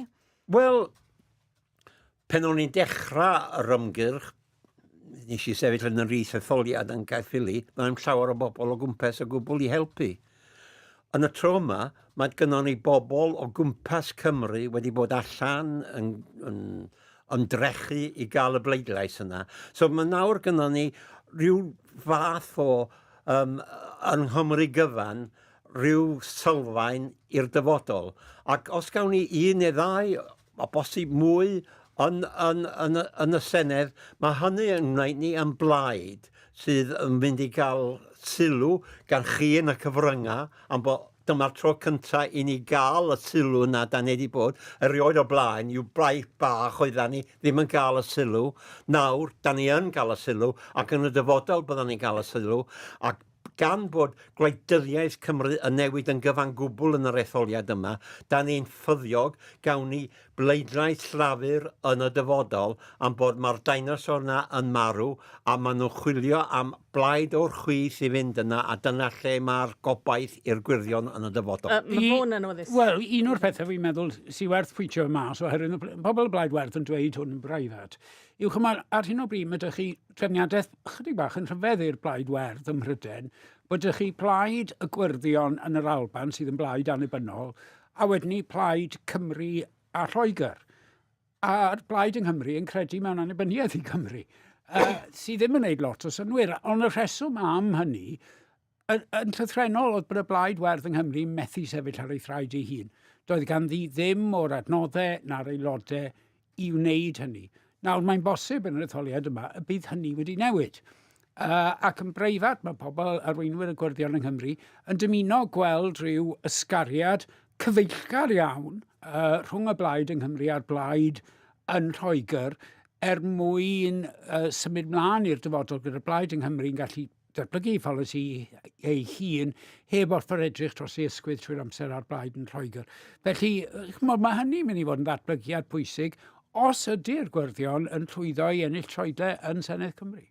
Gai ddod ag Owen Williams fewn sydd yn gyn-ymgeisydd llafur, oherwydd pan ni'n edrych ar yr hyn sydd wedi bod yn digwydd dros nos yn Lloegr, mae yna sylwebwyr yn gweud, wel, drychwch beth sydd yn digwydd i bleidleisiau'r blaid lafur yw bod nhw'n colli llawer ohonyn nhw i'r gwrddion. Dwi'n credu bod hwnna'n sicr yn batrwm dwi'n dychmygu llawer mwy yn Lloegr, hynny yw, dwi ddim wedi bod yn agos yr ymgyrch fyna, yn amlwg mae yna ddynameg gwahanol iawn yng Nghymru. Dwi'n credu drafferthu blaid lafur yw colli bleidleisiau i bawb. Mae yna colli bleidleisiau reform hefyd, oedd yna ddadle mawr, ydy hwnna wir yn beth. Mae e wir yn beth, allan ni ddadle i bwy chi'n colli rhan fwyaf o bleidleisiau, ond colli bleidleisiau ym mhob cyfeiriad, dwi'n credu. A hynny yw ddo o'n i mas yn cnoco drysau a pobl oedd aelodau llafur hyd yn oed, oedd e'n amlwg nad o'n nhw'n mynd i bleidleisio i'r blaid lafur, a mae hwnna'n dweud rhywbeth yn dweud. Dyna ni. Owain, diolch yn fawr iawn byddwn ni'n trafod rhagor gyda chi yn y man. Mae hi bron iawn yn 2 munud wedi hanner dydd, felly yn gyfle prin i fi ddefnyddio'r geiriau. Pnawn da, dwi byth yn ei defnyddio fel person boreol, ond pnawn da i chi gyd, ac yma gyda chrynodeb o'r hyn ni'n wybod hyd yma, mae yn gyhebydd ni Owain Clark. Wel, Kit, mae'r cyfri wedi bod yn digwydd am ychydig oriau bellach a bellach gallwn ni fod yn wyddol sicr os nad oedden ni cynt.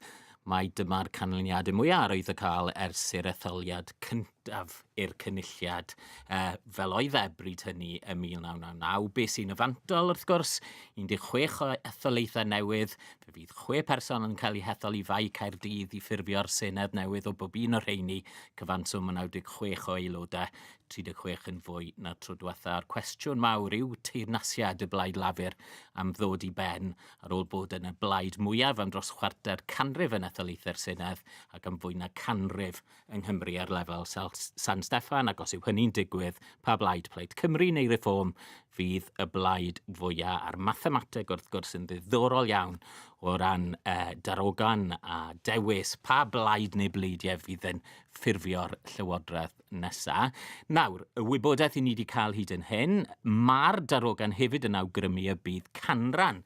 Y canran oedd wedi dewis pleidleisio yng Nghymru ddoe, o bosib nawr yn codi dros 100%. I ni'n gwybod hynny o'r etholaethau oedd wedi bod yn gwirio i pleidleisio nhw dros nos. Gwirio nid cyfri wrth gwrs. Sir Fynwy Torfaen 51.9% yn dewis pleidleisio Blaenau Gwent, Caerffili Rhymni 47.7%, Casnewydd Islwyn 47.8%. I rai, fe fydd twf yna o ran diddordeb yn galanogol, i eraill yn dadlau wrth gwrs bod yna beth lle i fynd yn eto. A beth yn ni glywed am siwp mae'r Gwent yn chwythu?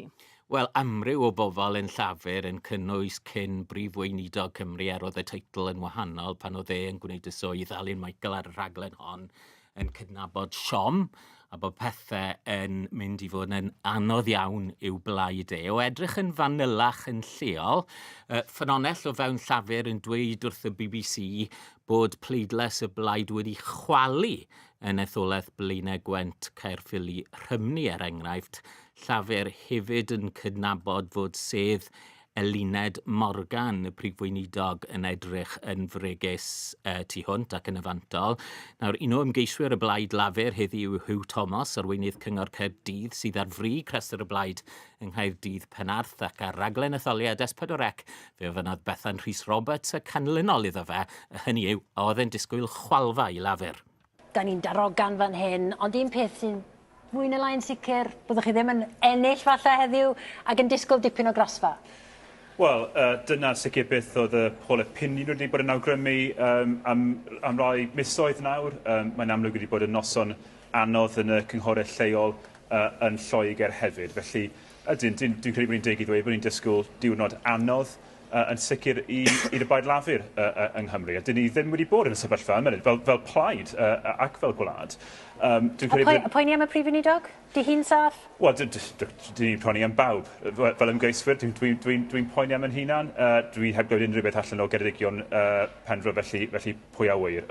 Nawr, Helen Mary Jones, cyneilod Senedd Plaid Cymru'n dweud wrthon ni ar y rhaglen hon hi bod hi wedi cyffroi mwy heddi nag ar unrhyw adeg ers 1999. Nawr, pan ddigwyddodd yr etholiad diwetha yn 2021, wrth gwrs, doedd Reform ddim yn blaid yn rym gwleidyddol bron o gwbl. Maen nhw nawr yn brwydro i fod fod y blaid fwyaf yn yr etholiad yma. Dirprwy arweinydd y blaid yw Helen Jenner, a dyma beth wedodd hi ar y rhaglen hon tua 20 munud yn ôl. Wrth gwrs, da ni isio curo, da ni isio ddod yn gynta a fyso'n anrhynded iddyn ni gael ffurfio llywodraeth nesaf yma yng Nghymru.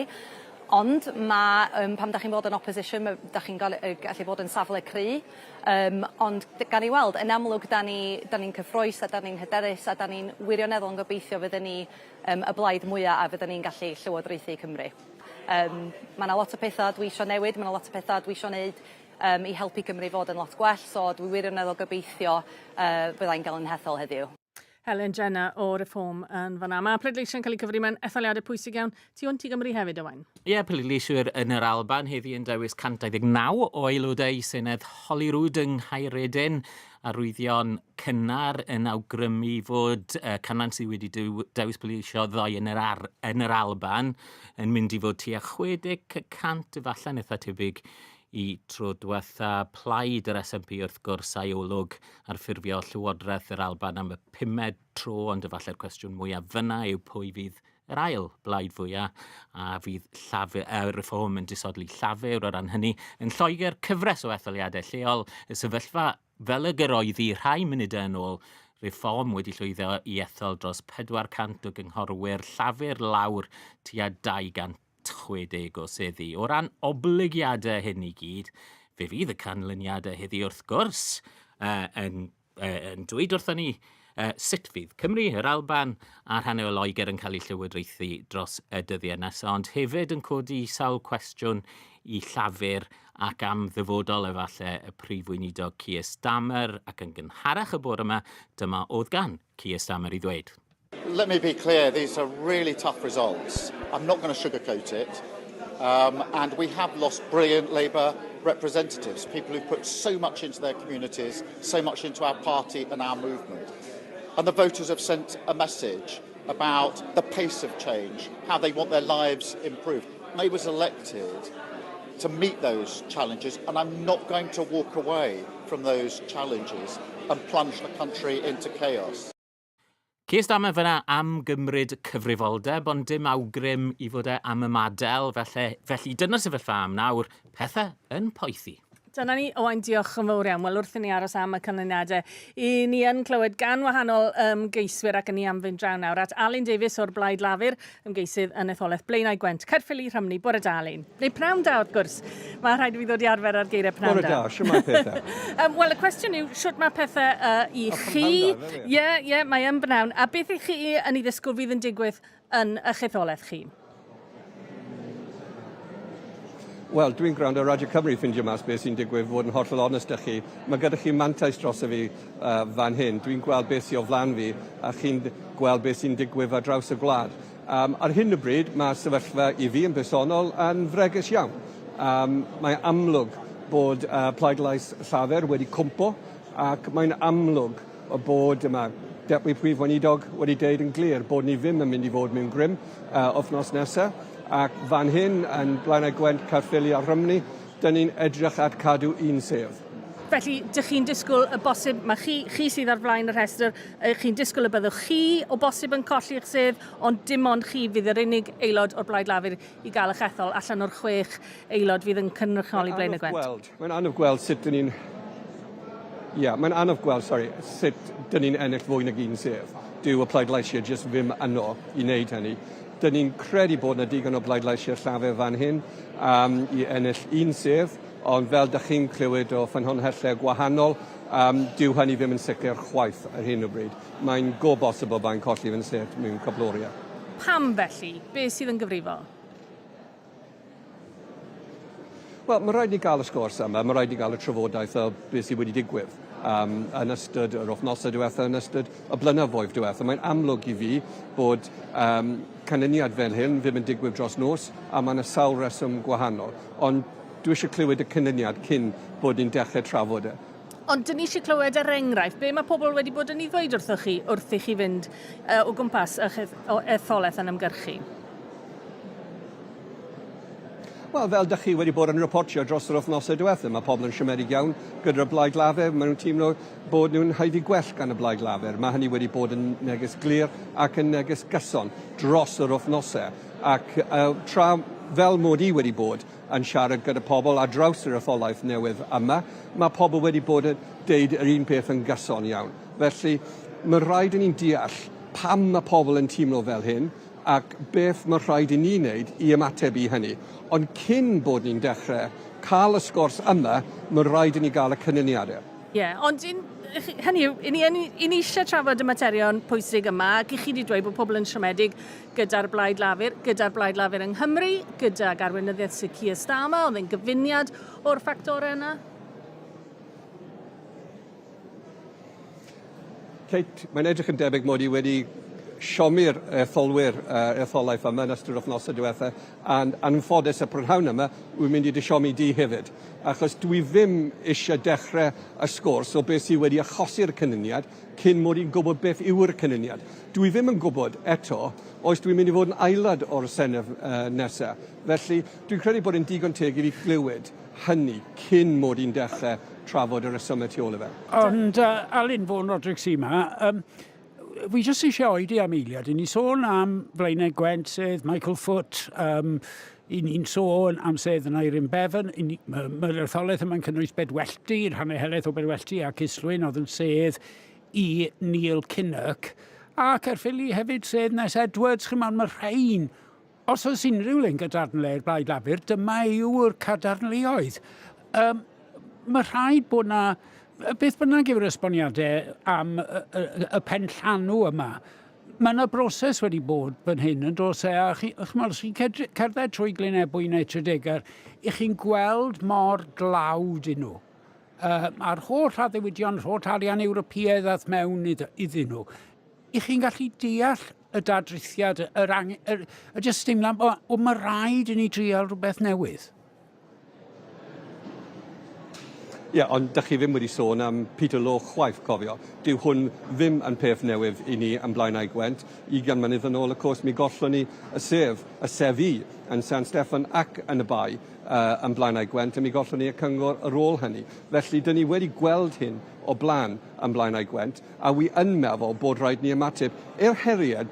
Dwi'n cytuno gyda chi, gyda disgrifiad gyda llaw fôn, a dych chi'n gwybod mod i wedi bod yn siarad y bwyty sut bod rhaid i ni buddsoddi yn y cymunedau trylota yng Nghymru. Mae rhaid ni buddsoddi yn y infrastructure a mae rhaid ni buddsoddi yn y pobl ac yn y cymunedau. Ac dwi'n credu bod y Blaid Lafur wedi bod yn wneud hynny, ond mae'n rhan o'r hanes sy'n ar goll. A dwi'n derbyn hynny, a wy'n derbyn bod y pobl wedi ymateb i record ni ac hefyd be ni'n gweld fel cynnig y Blaid Lafur ar hyn o bryd. Ond, wy'n gobeithio mi fyddwch chi'n amer fi, oes ydw i'n aros i glywed, os ydw i'n aelod eto, nes mod i'n dechrau'r sgwrs yma o difri. Peidiwch beo fi am drial, Alun, a peidiwch beo Kate. Dyna ni, Alun Davies. Wel, diolch i chi am fod yn fodlon siarad gyda ni, bod yna lawer o gwestiynau yn amlwg, dych chi ddim eisiau falle i wynebu eto. Diolch o galon. Ac mi gawn ni gofyn nhw, mae'n siŵr maes o law. Mae Hugh Thomas wedi ymuno ni bellach cyn arweinydd neu'n dal i fod yn arweinydd Cyngor Caerdydd ac yn sefyll yn etholaeth Caerdydd a Phenarth. Yw ydych chi yn poeni i'r un graddau ac roedd Alun Davies, mae'n amlwg yn ofni na fyddai'n cael sedd?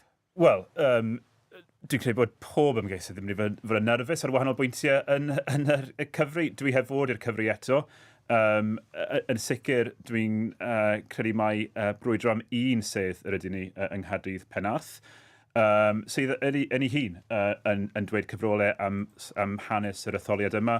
Mae'n edrych fel bod Plaid Cymru wedi wneud yn dda iawn yno, a reform hefyd, byddwn ni'n am bod y gwiryddion yn mynd i ennill set yna hefyd. Felly, mae hi yn edrych fel bod yn ddiwrnod anodd iawn i'r Blaid Lafur, ac dwi'n credu bod ni'n ganlyniad ysgytwol, nid jyst i'r Blaid Lafur, ond i'r genedl hefyd, achos mae'r y consensus yma wedi bod mewn lle am cyn belled. Nawr, dydy hynny ddim yn sefyllfa gyffredin yn y byd democrataidd. Mae'n sefyllfa bron unigryw i Gymru. Ac wrth gwrs, at some point mae pob plaid yn mynd i golli, ond dwi'n credu bod y ffaith bod ni o bosib yn mynd i golli modd rhywg ac mae'n edrych fel y bosib y byddwn ni'n gwneud, yn sicr yn mynd i godi cwestiynau yn lleol, yn genedlaethol o fewn Cymru ac yn ehangach hefyd am beth sydd wedi digwydd. Oeddech negesu chi yn gywir ar gyfer yr etholiad yma? Oedd wastad am fod yn heriol. Fe fues i'n echoli chi yn ystod yr ymgyrch ac oeddech chi'n ceisio rhoi'r neges bod chi yn cynrychioli newid?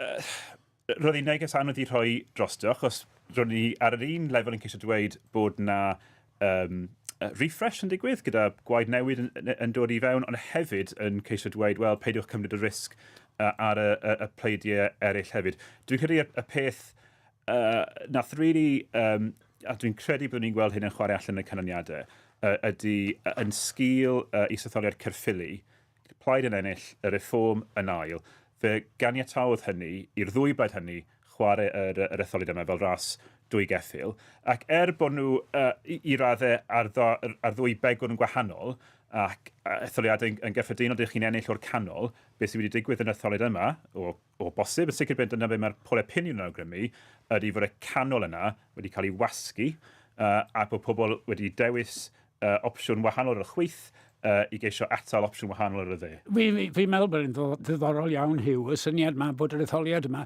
yn falle yn referendwm ar reform. Hynny yw, os ych chi'n licio reform, chi'n bleidleisio iddyn nhw. Os ych chi ddim yn licio nhw, chi'n bleidleisio i Blaid Cymru. Y polareiddio yna sydd wedi digwydd wedi gyrru gan reform. A dwi'n meddwl taw dyna'r rheswm am mae'n beth da bod ni'n disgwyl bod y nifer sy'n bleidleisio wedi croesi'r hanner am y tro cyntaf, oherwydd bod pobl fel Helen Jenner yn dweud, yn gweld Nigel Farage fel Marmite. Maen nhw'n aethau'n dwlu arno fe neu'n cysau, a mae hwnna yn neges mor gymaint yn haws i gyflwyno. na'r neges mae i ni wedi cael mewn taflenni sy'n dweud mae rhwngddo ni a nhw am y chweched sedd a hyn o'r... Wel, dyw pobl ddim hyd yn oed yn gwybod bod chweched sedd yn bodoli ydyn nhw. So, dyw'r negesu yn ni ddim yn taro gartre yn yr un ffordd a mae hynny... Mae safodd Gareth Hughes fel ymgeisydd na, ond mae Etholiad Caerffili efallai oedd y precursor. Dyma oedd angen ar Blaid Cymru yn fwy arbennig i ddangos i Blaid Cymru y lein ma ni yw'r bobl sy'n gallu stopio reform. Lle wedi yn ddiddorol iawn clywed y gwahaniaeth yn agwedd Hugh Thomas i agwedd Alun Michael oedd yma i ddechrau. Hynny mae'r ddau'n cydnabod bod pethau newid felly, ond lle ti Hugh yn barod i dweud, wel, mae'n ysgytwol, mae eisiau ni drafod y dyfodol, felly be i ni fel Llafur Cymru, pwy i ni. Alun Michael yr llai parod felly yw'r gydnabod yn pwyntio at y pethau unigol sydd wedi brifo nhw felly. Ond rhyw deimlad o weld y polepiniwn na lle mae Llafur wedi bod tu ar rhywle rhwng y 12 ar 15%. Hynny mae'n ffenest reit allweddol honna, dyw i. Os ych chi nes at yr 15%, chi'n cael diwrnod gwael. Os chi'n nes at y 12, chi'n cael diwrnod dychrynllyd. A fi'n clywed mwy o'r sŵn dychrynllyd yn yw'r Thomas na goli yn Alun Michael. Hyw, oedden nhw'n beio wrth i chi ymgyrchu y Blaid Lafur yng Nghymru, neu oedd na edrych tu a Llundain hefyd ar 2 flynedd helbilus tu hwnt yma sy'n Keir Starmer wedi cael? Drychwch i fi, y 3 ffactor oedd un y sgwys yma, ras drwy geffil a sut oedd stopio reform. Yn sicr, mewn amryw o fannau, roedd na ddrwg deimlad tuag at y Llywodraeth yn San Steffan. Mewn rhai cymunedau, unigolion oedd yn dweud bod wedi pleidleisio Llafur am ei bywydau, yn rili bersonol ddim yn hoffi Keir Starmer. Dwi ddim yn credu bod yr ymateb hynna'n deg, ond allwn ni ddim anwybyddu bod e yna. Ac wedyn y trydydd ffactor, bydde just roedd yna ddeheuad gan rai pobl am newid. Roedd y neges yma am Llafur Cymru wedi bod mewn grym am 4 canrif a mwy. Mae'n amser am newid. A dwi'n credu bod y 3 ffactor hynny i gyd wedi gwneud i'n anodd iawn i ymladd yr etholiad yma. Gareth? Ia, dwi'n meddwl fedrwch chi ffeio i gyd ar Keir Starmer. Mae'r Blaid Lafur ydyn nhw'n mynd i bod yn gwrando ers blynyddoedd. Ddadde fo'n fynd trwy'r rhestr o beth ddigwyddodd yn Blaenau Gwent o blaen. Be ddadde anghofio ddweud, collon nhw Blaenau Gwent i Peter Law i'w amser yn ôl. Ddaru nhw'n gwrando ar y bleidlais Brexit, pen o'r bobl y cymoedd yn dweud, da ni'n isio be mae'r Blaid Lafur yn dweud i ni bleidleisio yn fama, a da ni'n isio gwrando ar y Blaid Doriaeth yn dweud wrthyn ni bod rhaid ni gefnogi Brexit. Ydych chi, mae'r cymoedd yna wedi cael ei anwybyddu ers blynyddoedd, ac ddim rhywbeth sydd wedi digwydd nawr ydi o. A di'r Blaid Lafur ddim wedi gwrando ar y neges yna erioed. A nawr, fedrwch chi'n rhaid o'i byd ar Keir Starmer, mae'n sicr bod hynny rhan o'n efo. Allai Thomas ateb y pwynt, ond os oedd pobl yn codi Keir Starmer ar sepen y drws, mae pobl yn cymryd yn ei ystyried.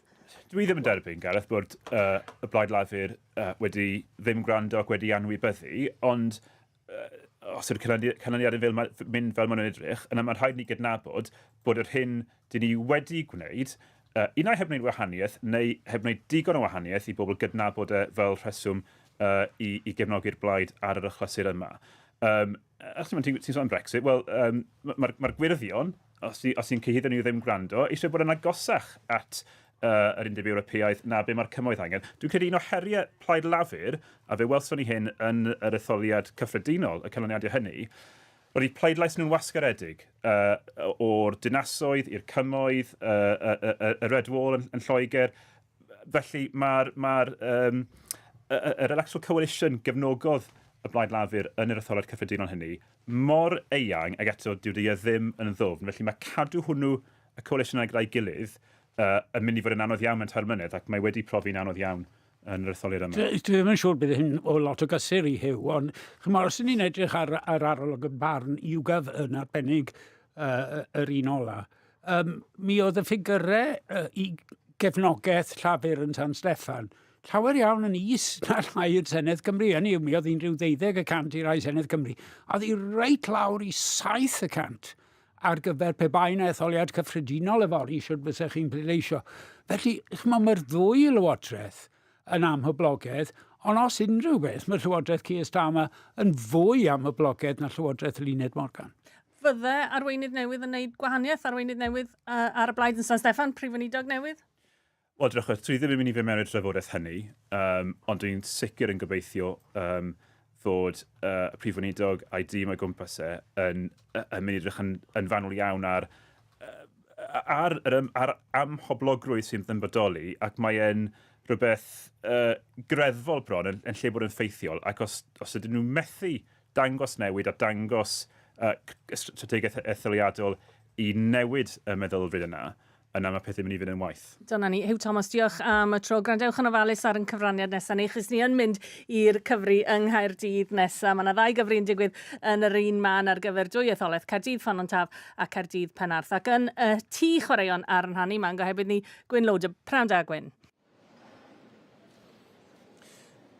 Ie, pnawn da. Mae'r dilysu newydd ddod i ben fan hyn yn etholaeth Caerdydd Penarth. 56.85% o'r etholwyr wedi pleidleisio yn fan hyn, mae'n debyg, sydd yn gymharol uchel ac yn newyddion da. Mae'r gwaith dilysu yn dal i barhau y drws nesaf yn y ganolfan arall sydd fan hyn yn hir chwaraeon yn Lecwydd ar gyfer etholaeth Caerdydd Ffynnon Taf. Rwy'n falch dweud bod y rhai sydd wedi bod yn gweithio'n galed fan hyn yn dilysu bore yma wedi cael bisgedi ychydig funudau nôl, bach o siwgr i ddiolch iddyn nhw am eu gwaith caled nhw. Mae'r ymgeiswyr yn dechrau ymddangos yma. Mae Anthony Slaughter, arweinydd y Blaid Werdd yng Nghymru, newydd fod yn ymylu, newydd ddiflannu i wylio'r cyfri unwaith to. Ac mae'r etholaethau newydd yma, 2 etholaeth wedi ffurfio o hen etholaethau yng Nghaerdydd ac i'r de ym Mhenarth ac ychydig i'r gogledd yn ne Rhondda Cynon Taf hefyd. Etholaethau sydd yn draddodiadol yn y blynyddoedd diwethol a wedi bod yn rhai triw iawn i'r Blaid Lafur a sawl cyn brif weinidog Llafur Cymru wedi cynrychioli'r ardaloedd yma. Alun Michael, Rhodri Morgan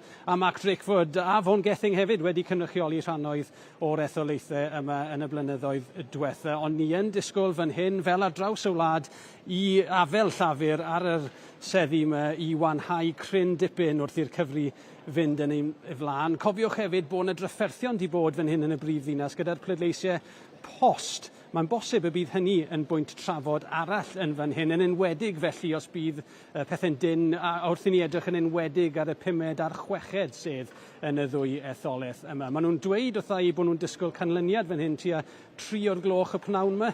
Na i fod mor hi ac awgrymu fan hyn y bydd angen dod â thipyn yn rhagor o siwgr os i ni am gyflymu'r broses yna ddigon i gael canlyniad erbyn yr adeg honno.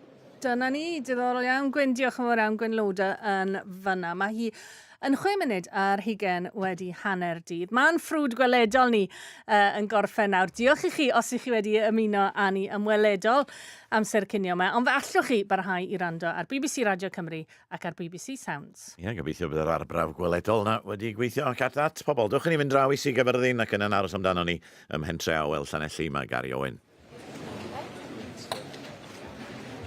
Ie, prynawn da, Dewi, a chroeso cynnes iawn i chi ganolfan hamdden newydd sbon Pentre Awel fan hyn yn Llanelli, reit ar ochr y môr, bai Caerfyrddin, jyst i fas y drws yn fyna. Ardal sy'n gallu bod yn ardal wyntog iawn, ond pwy a wyr sydd fydd y gwynt yn chwythu yn yr etholaeth yma, Sir Gyfyrddin, etholaeth newydd sbon yn etholiad y Senedd. Mae yn argoel i fod yn dyn iawn yma. Fi wedi bod yn siarad â rai o'r ymgeiswyr yn y munudau diwetha, Dewi, cyn bod fi'n dod ymlaen i siarad â chi.